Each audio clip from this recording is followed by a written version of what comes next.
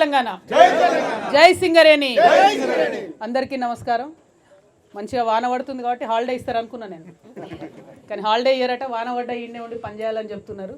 But anyway, వర్షం పడ్డం కూడా మనకు మంచిదే, ఎందుకంటే అందరితో మాట్లాడే అవకాశం వచ్చినందుకు చాలా సంతోషంగా ఉంది. అంటే ప్రకృతి కూడా మాకు సహకరించి హెచ్ఎంఎస్ టీఆర్ఎస్ వచ్చి కార్మికులతో మాట్లాడాలని చెప్పి కోరుకుంటుందని నేను అనుకుంటున్నాను. కానీ పాపం ప్రభుత్వం ఏమో అక్కడెక్కడనో ముఖ్యమంత్రి గారి విజిట్ ఉంది కాబట్టి ఇక్కడ మేము అడ్డుకుంటామని చెప్పి ఇక్కడ పోలీస్ వాళ్ళని పెట్టడం, కనీసం ఒక చిన్న బ్యానర్ కడితే కూడా మరి బ్యానర్ ఉండడానికి లేదు, ఫ్లెక్సీ ఉండడానికి లేదని చెప్తా ఉన్నారు. ఇది ప్రజాస్వామ్యం అన్న విషయం దయచేసి మర్చిపోవద్దని ప్రభుత్వాన్ని నేను కోరుతా ఉన్నాను. అయితే అప్పట్లో ఒక సామెత ఉంటుండే, కమ్యూనిస్ట్ పార్టీ వాళ్ళు ఎట్లా ఉంటాయంటే, రష్యాలో ఏదన్నా విప్లవానికి సంబంధించి ఒక చిన్న మాట మాట్లాడినా రష్యాలో వాన పడితే ఇండియాలో గొడుగులు పట్టుకుంటారని ఉంటుండే ఇదివరకు అనేటోళ్ళు కమ్యూనిస్టులను బాగా బలంగా. ఇప్పుడు పరిస్థితి ఏమైందంటే, ఢిల్లీలో లేబర్ చట్టాలన్నీ మార్చినా గల్లీలో ఉన్న వాళ్ళు మాట్లాడే పరిస్థితి లేకుండా అయిపోయింది. సో ఇవాళ ఢిల్లీలో ఉన్నటువంటి 25 లేబర్ చట్టాలను మార్చి 4 లేబర్ చట్టాలు చేసి మన సింగరేణి లాంటి సంస్థలో కూడా కనీసం యూనియన్లు ఉండే హక్కు లేదనేటటువంటి కఠిన నిర్ణయాలు చేస్తున్నా కూడా మాట్లాడలేని పరిస్థితుల్లో చాలా యూనియన్స్ ఉన్నాయి. అటువంటి సందర్భంలో నిష్పక్షపాతంగా కేవలం కార్మికుల పక్షాన ఉండి కొట్లాడుతున్నటువంటి ఏకైక నాయకుడు రియాజ్ అహ్మద్ గారు. మరి వారి యూనియన్ హెచ్ఎంఎస్ అన్న మాట జర గట్టిగా ఉంటుంది, కరుకుంటుంది, కానీ మనసు మంచిది, కార్మికుల పక్షాన ఉంటుంది. కాబట్టే మరి కార్మికుల కోసం పనిచేసే ఏకైక యూనియన్గా ఇలా హెచ్ఎంఎస్ ఉన్నది. స్థానిక నాయకులు రమేష్ గారు ఉన్నారు, శ్రీలతా రెడ్డి గారు ఉన్నారు, అట్లనే అనేక మంది మన సారన్న గారు ఉన్నారు, అనిల్ రెడ్డి గారు ఉన్నారు. వారికి అట్లనే కార్మిక శాఖ మంత్రిగా పనిచేసినటువంటి అన్న బోడ జనార్దన్ అన్న కూడా మనతో జాయిన్ అయినారు. కార్మికుల విషయాలన్నీ అన్నకు కూడా తెలుసు. అట్లనే మా వీరన్న గారు ఉన్నారు, మా తమ్ముడు పవన్ నాయక్ గారు ఉన్నారు. అందరికి కూడా నమస్కారం. ముఖ్యంగా కార్మికులందరికీ, సింగరేణి గని కార్మికులకు నమస్కారం.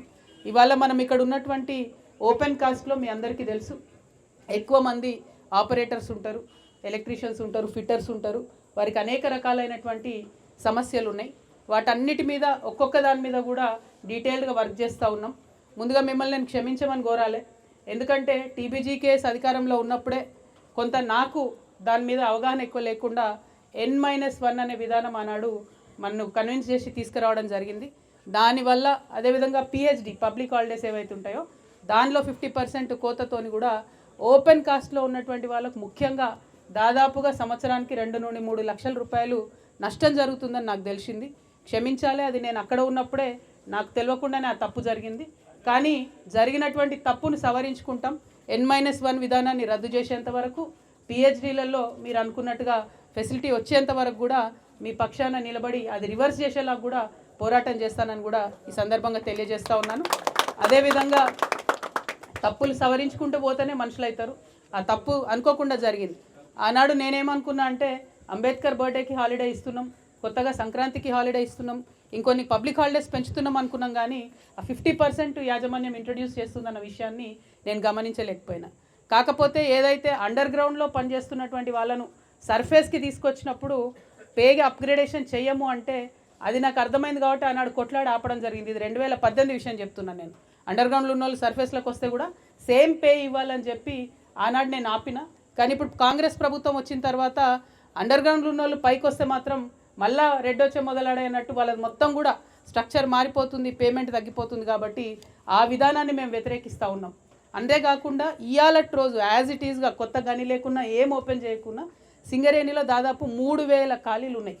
ఏది ఎన్ని రకాల జాబ్స్ చూసుకుంటే ఈ 3000 ఖాళీలను నింపడానికి ఎవరైతే డిపెండెంట్ అప్లికేషన్లు పెట్టుకున్నారో వాళ్ళందరిది ప్రాసెస్ చేస్తే డైరెక్ట్గా వాళ్ళందరికీ ఉద్యోగాలు వచ్చే అవకాశం ఉంది. కానీ ఆ డిపెండెంట్ ఉద్యోగాలను డోలాయమన్న పరిస్థితిలో ఇవాళ కాంగ్రెస్ ప్రభుత్వం పడేసింది.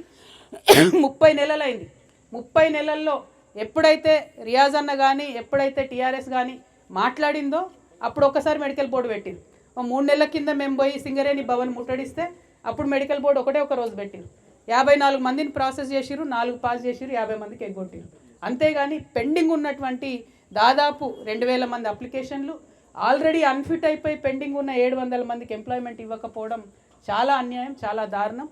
రిటైర్మెంట్కు దగ్గరగా ఉన్నటువంటి కార్మికులు చాలా ఆవేదనతో ఏ మైన్కు పోయినా కూడా మాకు చెప్తా ఉన్నారు. కాబట్టి రిటైర్మెంట్కి దగ్గరగా ఉన్న కార్మికులందరూ కూడా మేము భరోసా ఇస్తూ ఉన్నాం. నేను ఒకటే మాట ఇచ్చిన మీకు, పోయిన నెల 20వ తారీఖు నాడు ఈ బాయిబాట కార్యక్రమం మొదలుపెట్టినప్పుడు ప్రభుత్వానికి హెచ్చరిక చేసినాం. మేము 1 మంత్ టైం ఇస్తాం మీకు.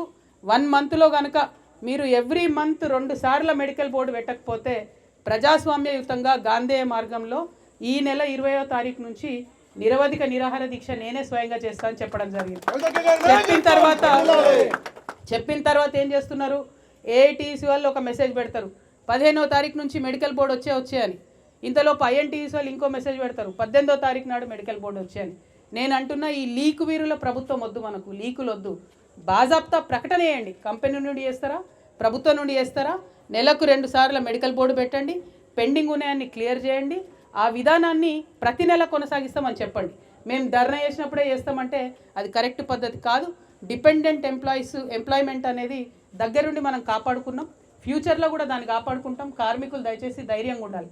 ఎందుకంటే ఎక్కడ పోయినా కళ్ళల్లో నీళ్ళు తీసుకొని పెద్ద మనుషులు కార్మికులు మాకు చెప్తున్నారు, అక్క ఇంకా 3 నెలలే ఉంది, ఇంకా 2 నెలలే ఉంది, మా పరిస్థితి ఏంది, మేము రిటైర్ అయితే మా పిల్లలు ఉద్యోగాలు ఏందని ఆవేదనతో చెప్తున్నారు. వాళ్ళందరికీ నేను భరోసా ఇస్తా ఉన్నా, ఖచ్చితంగా మీరు ఏ డేట్ నాడైతే అప్లై చేసుకున్నారో ఆ అప్లికేషన్ డేట్ని మాత్రమే ప్రామాణికంగా తీసుకొని ప్రభుత్వం మీకు డిపెండెంట్ ఎంప్లాయ్మెంట్ మీరు కోరుకున్న వారికి, కొడుక బిడ్డనా అల్లుడా పక్కింటోళ్ళ మాకు సంబంధం లేదు, మీరు కోరుకున్న వారికి ఇవ్వాలి, ఆ వెసులుబాటు ఇవ్వాలి. దానికోసం తప్పకుండా గాంధేయ మార్గంలో మీ పక్షాన నిలబడతామని చెప్పి కార్మికులందరికీ కూడా మాట ఇస్తూ ఉన్నాం. ఇంకొక మాట, అలియాస్ పేర్లతో దాదాపుగా ఒక 3000 మంది ఇబ్బంది పడుతూ ఉన్నారు. వారందరికీ కూడా మేము ప్రభుత్వాన్ని పదే అడిగినాం, మీరు అఫిడవిట్ తీసుకోండి, వాళ్ళ దగ్గర అఫిడవిట్ తీసుకొని అర్జెంటుగా వాళ్ళని అడ్జస్ట్మెంట్ చేయండి అంటే చేయకుండా మళ్ళీ ఒక కొత్త కమిటీ వేస్తామని చెప్పి ఇప్పుడు ఇంకో కమిటీ వేస్తున్నారు. కమిటీ అంటే కాలయాపన, కమిటీ అంటే పోస్ట్పోన్మెంటు. కానీ ఈ లోపల ఏమవుతుంది, విజిలెన్స్ కేసులు పెడుతున్నారు వాళ్ళ మీద. ఇప్పటికీ 150 మంది మీద విజిలెన్స్ కేసులు పెట్టారు అలియాస్ పేర్లు ఉన్న వాళ్ళని. ఎందుకోసం పెడుతున్నాయా విజిలెన్స్ కేసులు అంటే 10వ తరగతి పాస్ కాలేదట. 10వ తరగతికి సింగరేణి ఉద్యోగానికి ఏం సంబంధం ఉన్నది మనకు? ఇవ్వాలంటే డిపెండెంట్ ఉద్యోగాలు అన్నాడు మనం ఇచ్చుకున్నాం కాబట్టి ఒక 20,000 మంది పిల్లలు చదువుకున్న వాళ్ళు వచ్చారు.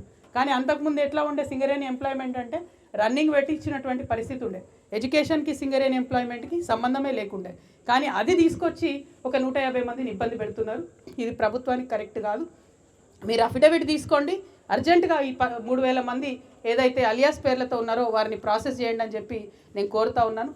అట్లానే అన్నిటికన్నా ముఖ్యమైనది కేంద్ర ప్రభుత్వం మనకు చేయాల్సినటువంటి సహాయం ఏంటంటే ఒక 17 గనులు ఉన్నాయి మనవి, అవన్నీ కూడా డిస్టర్బ్ అయిపోతూ ఉన్నాయి. అవి ఖచ్చితంగా మనకే అలొకేట్ చేయాలనేటటువంటి విషయాన్ని కూడా నేను తెలియజేస్తా ఉన్నాను. లోపల రండి తెలియజేస్తారు. నేను కోరేది ఏంటంటే ఐటీ మీద పర్క్స్ ఏవైతే ఉన్నాయో ఐటీ మీద పర్క్స్ని ఖచ్చితంగా వారు రిమూవ్ చేయాల్సినటువంటి అవసరం ఉన్నది. ఐటీ మీద పర్క్స్ రిమూవ్ చేయకుండా మేము ఊరుకునేదే లేదు. దానికోసం ఢిల్లీలో కూడా పెద్ద ఎత్తున పోరాటం చేస్తాం. దాదాపుగా మన సగం జీతం పోతా ఉన్నది కాబట్టి ఐటీ మీద పర్క్స్ని రద్దు చేయమని కిషన్ రెడ్డి గారిని మేము కోరుతా ఉన్నాం. కొత్త గనులు ఇవ్వాలి, ఐటీ మీద పర్క్స్ రద్దు చేయాలి. ఏవైతే ఓపెన్ కాస్ట్ మైన్లు ఉన్నాయో, అండర్ గ్రౌండ్ మైన్లు ఉన్నాయో పెద్ద ఎత్తున వాటిని ఓపెన్ చేసి సింగరేణి సంస్థను బతికించాలని చెప్పి మేము కోరుతా ఉన్నాం. ఈ రాష్ట్ర ప్రభుత్వం విషయానికి వస్తే సింగరేణి సంస్థకు బాకీ ఉన్నది 50,000 కోట్లు. 50,000 కోట్లు మనకి ఇస్తలేరు కాబట్టి చిన్న పనిముట్లు ఇవ్వమంటే కూడా మన వాళ్ళు ఇవ్వకుండా ఇబ్బంది పెడతా ఉన్నారు యాజమాన్యం. సో మేము యాజమాన్యాన్ని ఒకటే కోరుతా ఉన్నాం, ప్రభుత్వం నుండి మీకు డబ్బులు వస్తాయా రాదా అన్నది పక్కన పెట్టి మనకు సేఫ్టీ ఇంపార్టెంట్. ఇవాళ ఈ ఓపెన్ కాస్ట్ మైన్లో కూడా పెద్ద డంపర్లు కాలిపోయిన పరిస్థితి ఉంది. ఎందుకోసం? నాణ్యత లేకపోవడంతో, రిపేర్లు చేయకపోవడంతో, మంచి కంపెనీ డంపర్లు కొనకపోవడంతో వీటన్నిటితో ఇబ్బంది జరుగుతూ ఉంది. ఆ నడిపేటటువంటి ఆపరేటర్ల ప్రాణానికి కూడా ముప్పు ఉండే పరిస్థితి ఉంటుంది. కాబట్టి